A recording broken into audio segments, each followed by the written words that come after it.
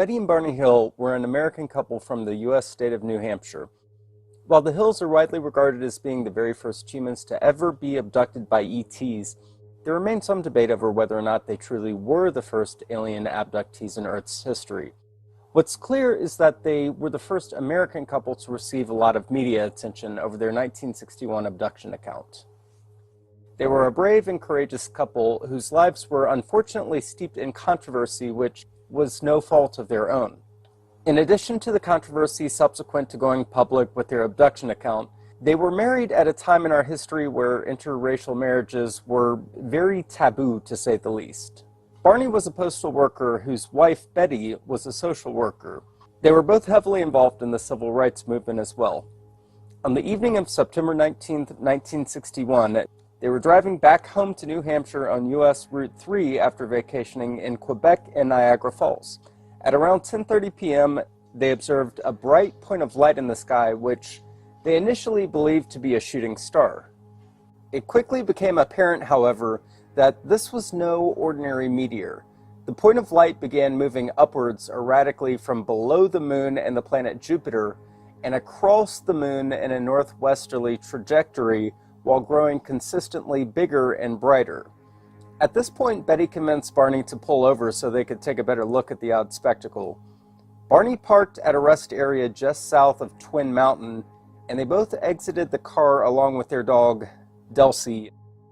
Armed with a pair of binoculars, Betty was able to take a much clearer look at the bizarre object. She described what she saw as being an odd-shaped craft with flashing, multicolored lights traversing the face of the moon. She continued watching the object. She recalled that her sister claimed to have seen a flying saucer several years prior to that. Betty began to suspect that what she was watching might be something along the same lines as whatever her sister saw. She handed the binoculars to Barney, who was quite eager to take a closer look for himself. At first, Barney suspected the object to be a commercial plane en route to either Vermont or Montreal. Shortly after he began viewing the object through the binoculars, the object took a sudden and drastic change in its trajectory. It was now rapidly heading directly toward them. Now convinced that they were observing something truly unknown quickly approaching, the couple was gripped by an intense sense of fear. Feeling that their car would provide the best degree of protection against any possible threat posed by the descending object, they jumped back in and continued driving back to where they lived. As they drove away in their 1957 Chevrolet Bel Air, it became clear that the object was following them. They were about 1 mile south of Indian Head when the approaching craft made it to their position. It then rapidly descended toward their vehicle, causing Barney to slam on the brakes. At this point, the frightened couple were able to see the craft in great detail without binoculars. The massive object gradually rotated as it hung silently in the air directly above them.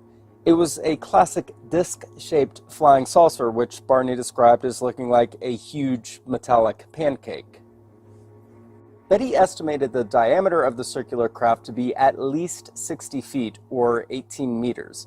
It was so large that it spanned the entire field of view of their windshield.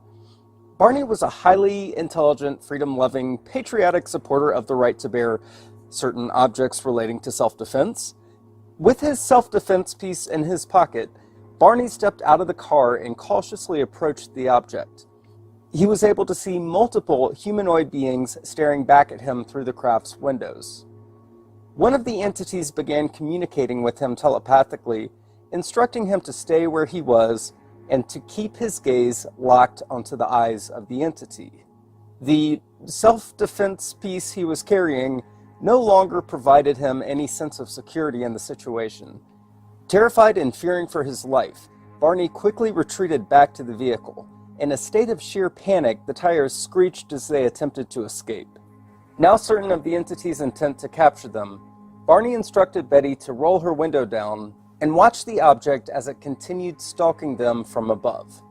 Almost immediately after directing her gaze upward at the craft, they both heard a strange buzz and a rhythmic series of what was described as beeping sounds. The sounds were so intense, they could literally feel the car vibrating. They also reported feeling a tingling sensation throughout their bodies, followed by the onset of an altered state of consciousness. Dazed and confused, they were snapped out of their hypnotic-like trance by a second series of beeping and buzzing sounds, which brought them back to a fully conscious state. It was then that they realized they had somehow traveled nearly 35 miles, or 56 kilometers, in what seemed to be the blink of an eye. Even with a great deal of effort, they could only recall vague, hazy details about driving on that stretch of road.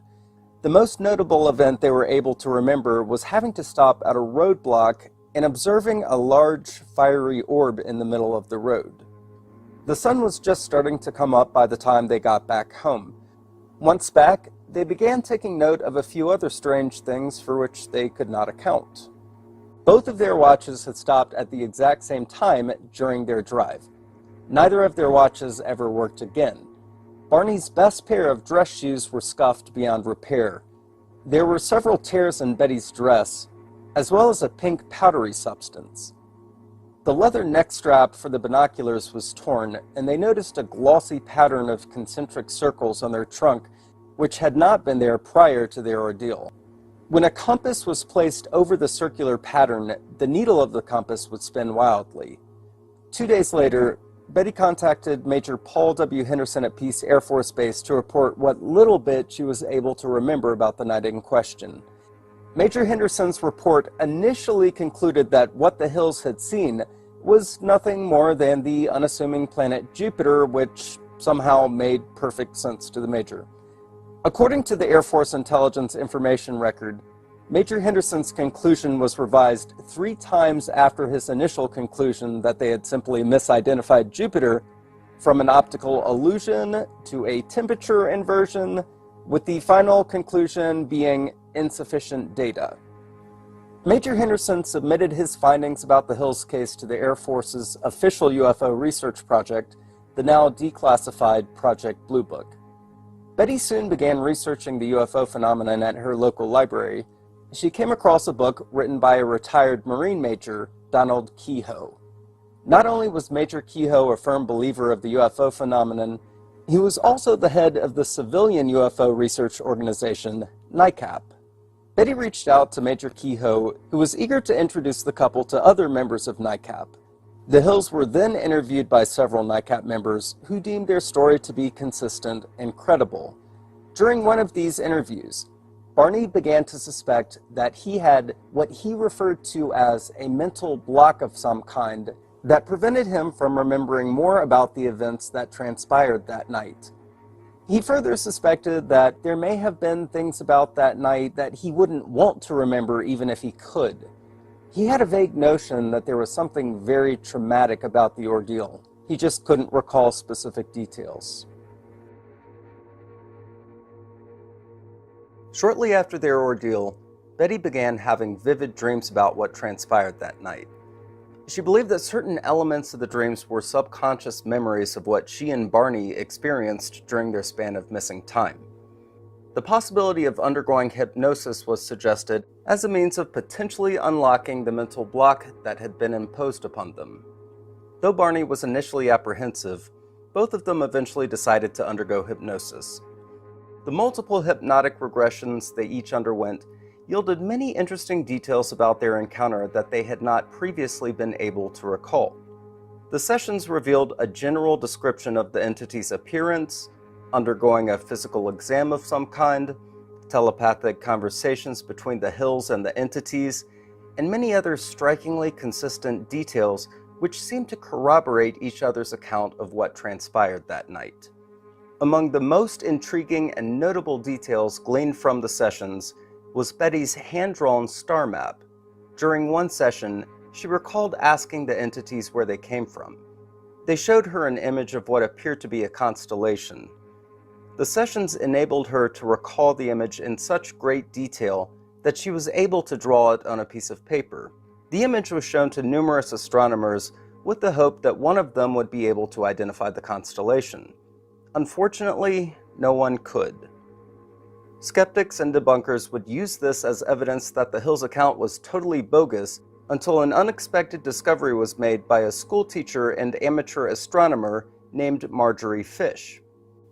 Fish, who was fascinated by Betty's mysterious star map, came up with a simple theory of her own that she decided to test. Her hypothesis was simple. If an alien visitor was trying to explain where its homeworld was in relation to Earth, then it would make sense to include Earth's star, the Sun, somewhere on the star map. Working under this assumption, Miss Fish seems to have found the missing piece to the puzzle.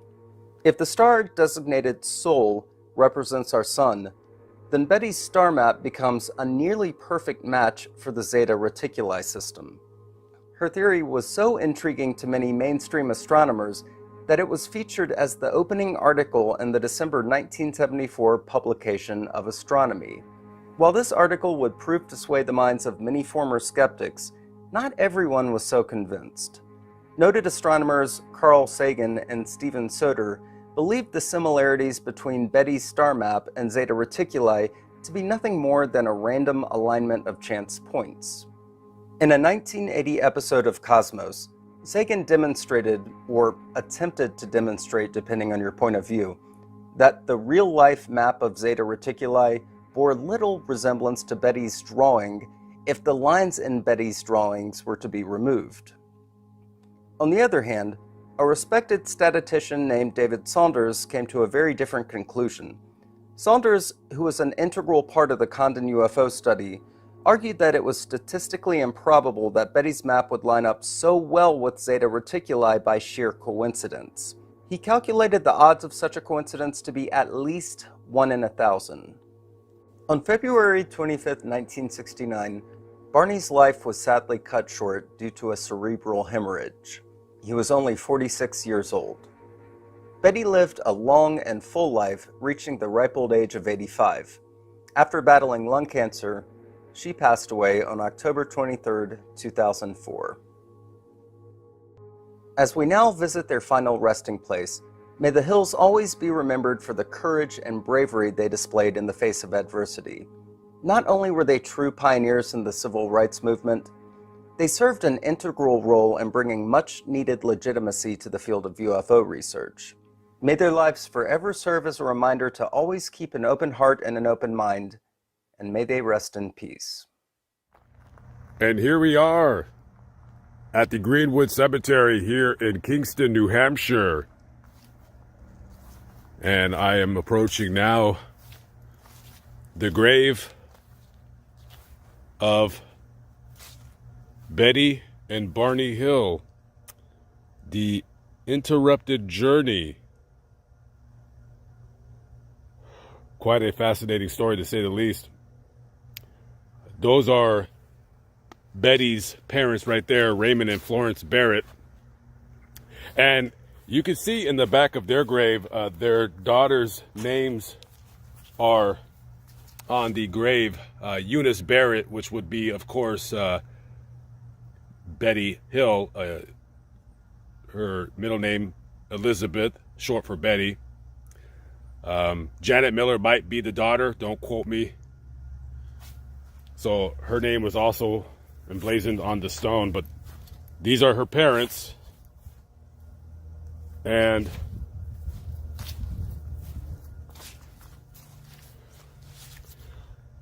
you know, there was a time where this couple, they were the most famous couple in the whole country.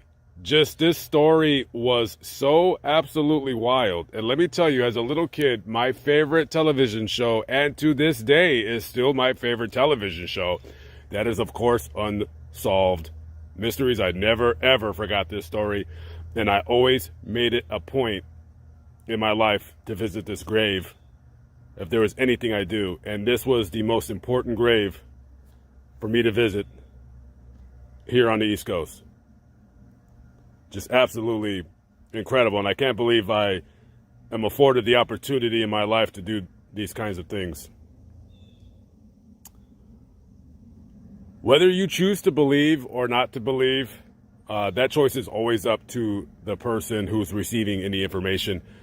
But I am a true believer. I believe the universe is way too big for us to just think in our own little insignificant narcissistic minds that we are the only people here on this planet, not on this planet, excuse me, but in this universe. And it's very small-minded to think so.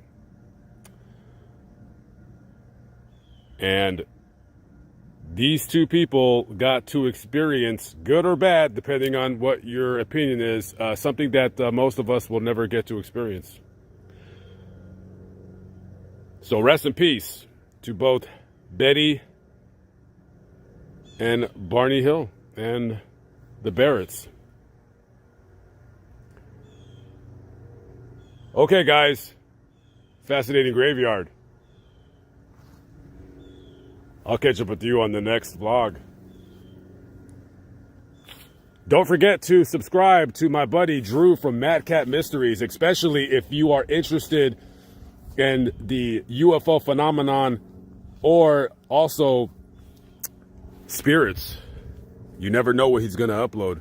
A very fascinating channel, to say the least. Make sure you hit that subscribe button. He's a good friend of mine. All right, guys. On to the next episode. Peace out.